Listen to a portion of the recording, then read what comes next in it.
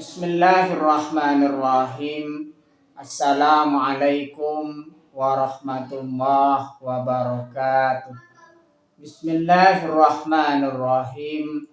Bersyukur kepada Allah dengan mengucapkan Alhamdulillahirabbil alamin.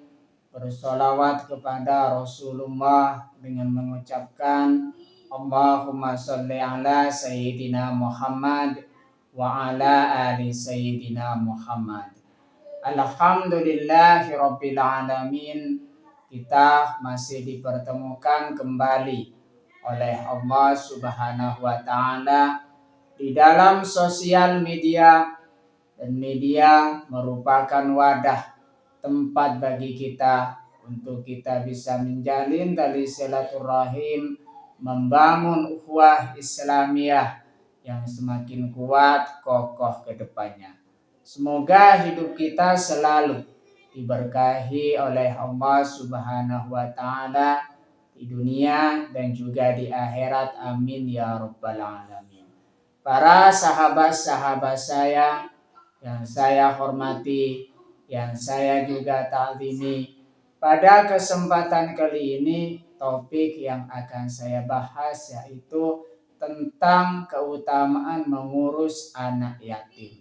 Jadi pembahasan kita pada kesempatan kali ini ialah keutamaan mengurus anak yatim. Mengurus anak yatim dalam Islam adalah kewajiban sosial dan spiritual yang mulia, menjanjikan kedekatan dengan Rasulullah Sallallahu Alaihi Wasallam di surga. Jadi kita senantiasa mengurus anak yatim. Mengurus anak yatim di situ kewajiban bagi kita, karena sudah diperintahkan oleh Allah Subhanahu wa taala supaya kita berbuat baik kepada anak yatim. Mengurus anak yatim di situ merupakan kewajiban bagi kita.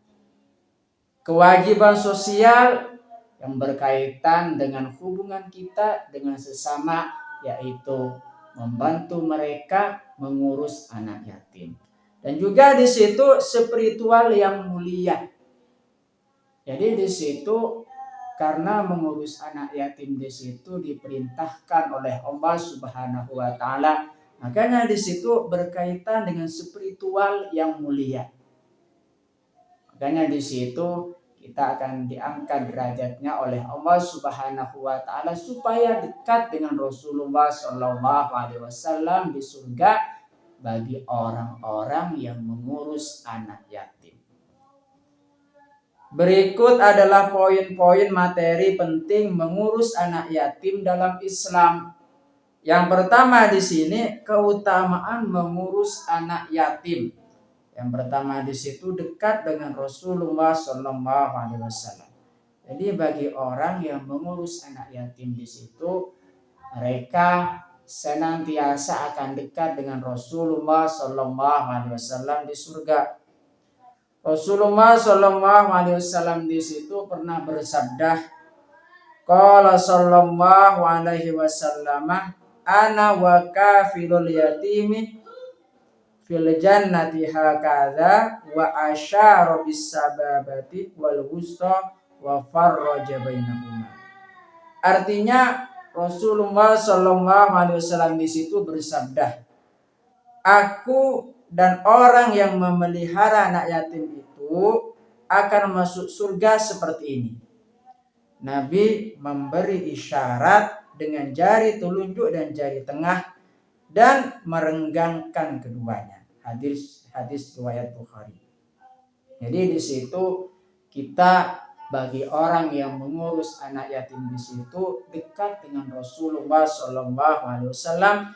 Kemudian Rasulullah Shallallahu Alaihi Wasallam di situ memberikan isyarat dekatnya dengan Rasulullah di situ dengan jari telunjuk dan jari tengah dan merenggangkan keduanya. Jari telunjuk dan juga jari tengah dan merenggangkan keduanya. Artinya di sini bagi orang yang mengurus anak yatim di situ, Makanya akan mendapatkan kemuliaan di surga dekat dengan Rasulullah Shallallahu Alaihi Wasallam.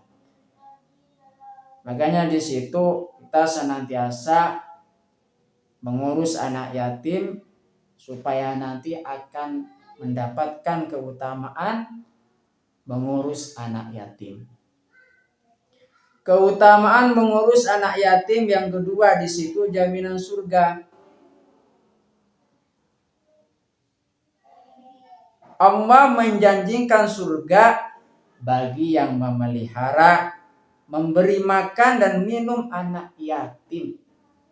Jadi di situ kita senantiasa mengurus anak yatim akan diberikan surga, dijanjikan surga oleh Allah Subhanahu wa taala. Bagi siapa di situ? Bagi mereka yang memelihara, memberi makan dan minum anak yatim. Kalau bukan kita yang akan mengurus anak yatim, lalu siapa lagi?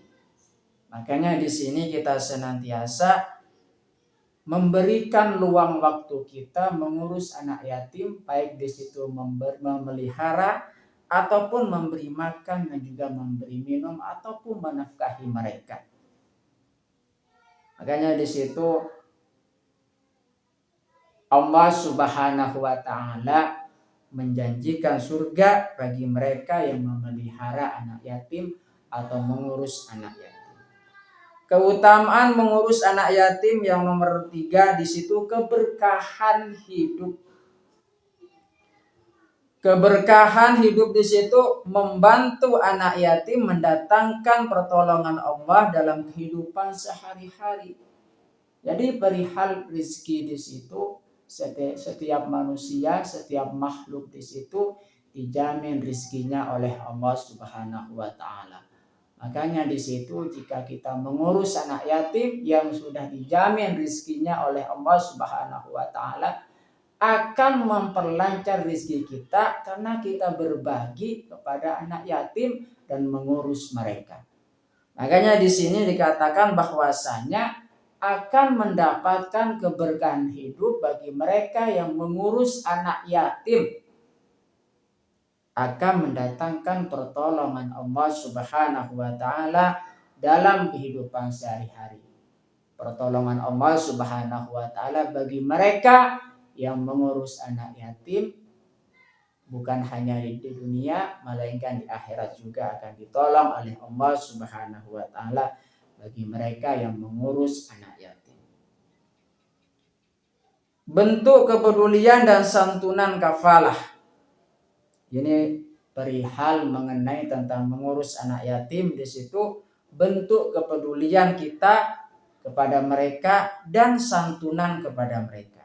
Bagian yang pertama kafalah, tanggungan penuh. Mencukupi kebutuhan pokok sehari-hari, makan, pakaian, tempat tinggal. Jadi di situ bentuk kepedulian kita, santunan kita kepada anak yatim di sini. Yang pertama di situ ada tanggungan penuh. Tanggungan penuh di sini senantiasa menanggung hidup mereka, baik lahir maupun batin.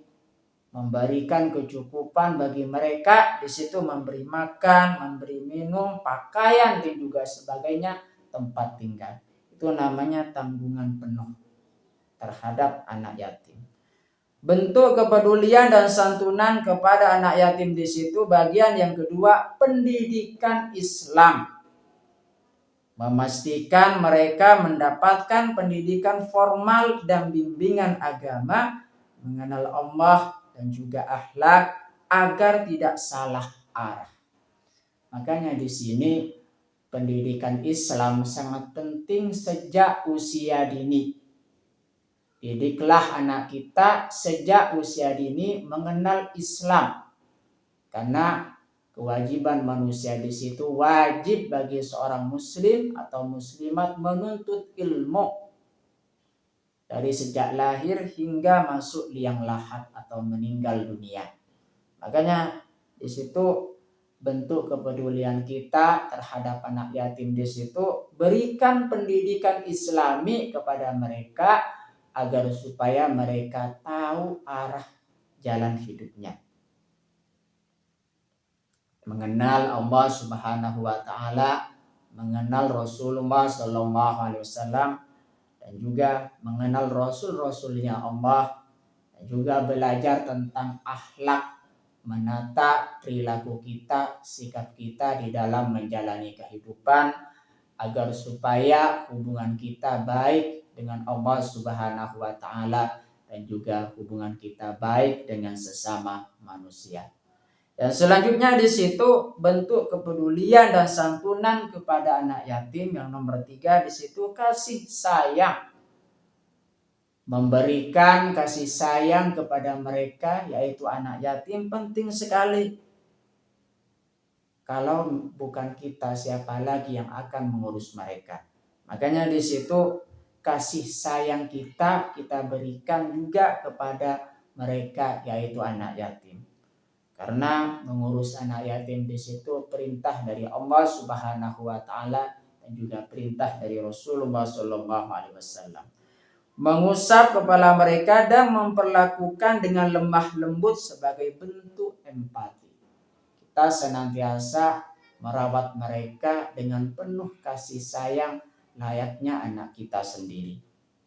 Itulah kasih sayang terhadap anak yatim. Makanya di situ larangan dalam mengurus anak yatim. Yang pertama di sini, di dalam mengurus anak yatim kita juga dilarang melakukan sesuatu. Yang pertama, dilarang memakan hartanya. Haram mengambil atau menggunakan harta warisan anak yatim untuk kepentingan pribadi. Makanya kita jangan pernah memakan hartanya anak yatim untuk kepentingan pribadi. Itu tidak boleh, itu dilarang, hukumnya haram. Larangan dalam mengurus anak yatim yang nomor 2, dilarang menghardik atau zalim terhadap anak yatim. Tidak boleh berbuat sewenang-wenang, kasar, atau menelantarkan mereka. Makanya jikalau ada anak yatim, kita berperilaku lemah lembut kepada mereka dan kita tunjukkan kasih sayang kita kepada mereka. Jangan menghardik atau memarahi mereka. Jangan juga berlaku sewenang-wenang terhadap mereka. Jangan juga berlaku kasar terhadap mereka. Perlakukanlah mereka dengan kasih sayang dan juga lemah lembut. Selanjutnya di situ larangan dalam mengurus anak yatim yang nomor 3, jangan memanfaatkan anak yatim. Tidak menjadikan anak yatim sebagai alat mencari keuntungan pribadi. Makanya di situ jangan pernah memanfaatkan anak yatim untuk kepentingan pribadi. Misalkan di situ menyuruh anak yatim mencari uang, senantiasa untuk kepentingan pribadinya sendiri, bukan untuk kepentingan mereka atau mengurus mereka. Makanya di situ kita dilarang jangan memanfaatkan anak yatim untuk kepentingan pribadi. Adab dan metode pengasuhan konsisten istiqomah.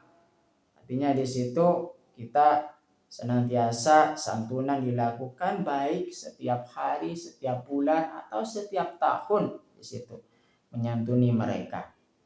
Adab dan metode pengasuhan mengelola harta dengan bijak. Jika mengelola harta mereka wajib dipisahkan dan dikelola secara amanah. Hartanya anak yatim di situ ya harta mereka, harta pribadi di situ harta pribadi. Artinya beda di situ. Adab dan metode pengasuhan pendidikan karakter. Membangun mental yang kuat, bukan membuat mereka merasa rendah diri.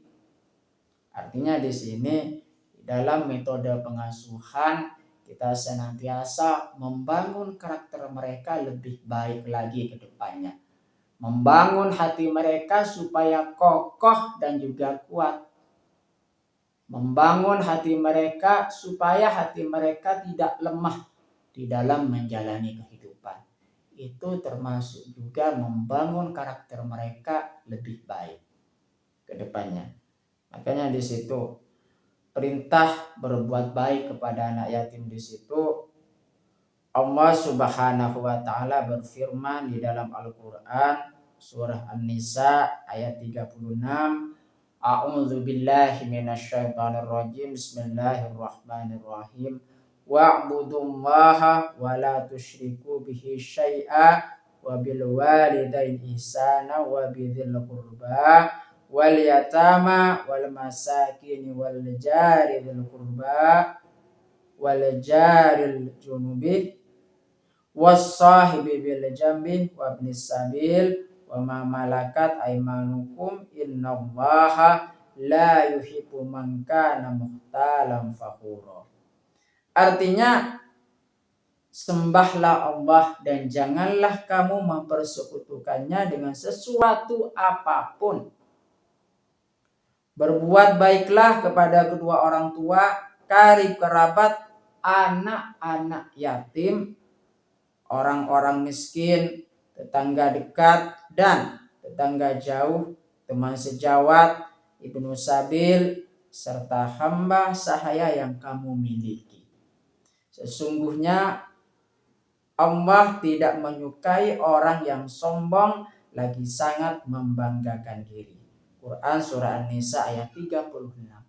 Semoga kita menjadi orang yang penuh kasih sayang dalam mengurus anak yatim, berbuat baik kepada anak yatim. Terima kasih saya sampaikan kepada kalian semua yang sudah berpartisipasi di dalam channel saya. Semoga menjadi perantara kita semakin dekat kepada Allah Subhanahu wa taala, dekat juga kepada para rasulnya.